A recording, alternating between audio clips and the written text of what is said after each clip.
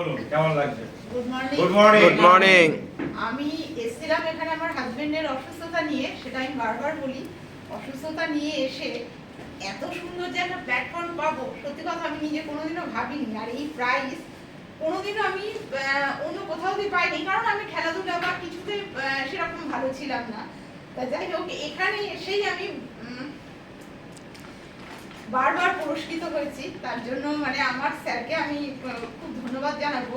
আজকে ব্রোঞ্জ হয়েছি শুধুমাত্র কিন্তু আমি পার্থ স্যারের জন্য, কারণ উনি যেভাবে আমাকে তৈরি করেছেন ব্রোঞ্জ হওয়ার জন্য, কোনোদিনও উনি কিন্তু আমাকে চাপিয়ে দেননি। উনি বলেছেন, ম্যাডাম আপনি নেটওয়ার্ক করুন, নেটওয়ার্ক করে করে তারপরে আপনি ব্রোঞ্জ হবেন। এবং আমি পার্থ স্যারের কথা মতোই চলেছি, চলে আজকে ব্রোঞ্জ হয়েছি। এটা আমার কাছে অনেক বড় পাওয়া। তো তার জন্য পার্থ স্যারকে ধন্যবাদ, আমাদের ইয়াসিন আলী স্যারকে ধন্যবাদ যে আমি এখানে দাঁড়িয়ে কিছু বলতে পারছি। তো আর কিছু আমি বলতে পারছি না স্যার। তো অসুস্থ থেকে সুস্থ হলেন হাজবেন্ড সুস্থ হয়েছে, আর আপনি সাধারণ থেকে অসাধারণ হলেন, কেমন লাগছে? ভীষণ ভালো লাগছে। এটা আমি বলে মানে কি বলবো, বলে ভাষায় বলে প্রকাশ করতে পারবো না যে আমার এত ভালো লাগছে। স্যারকে আমি বলেছিলাম যে স্যার আমি 3 রাত আমি ঘুমাতে পারিনি, যে আমাকে সেই শনিবারটা আমাকে ব্রোঞ্জ হতেই হবে যে করেই হোক।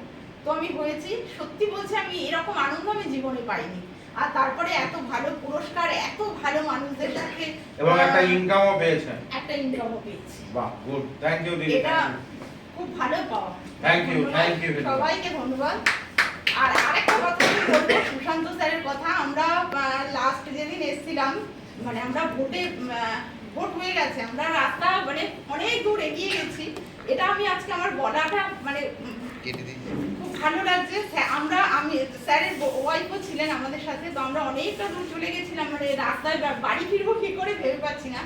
স্যার এসে আমাদের 3 জন মহিলাকে যেভাবে বাইকে করে নিয়ে গেছেন, সত্যি অশেষ ধন্যবাদ আমার সুশান্ত স্যার। Thank you.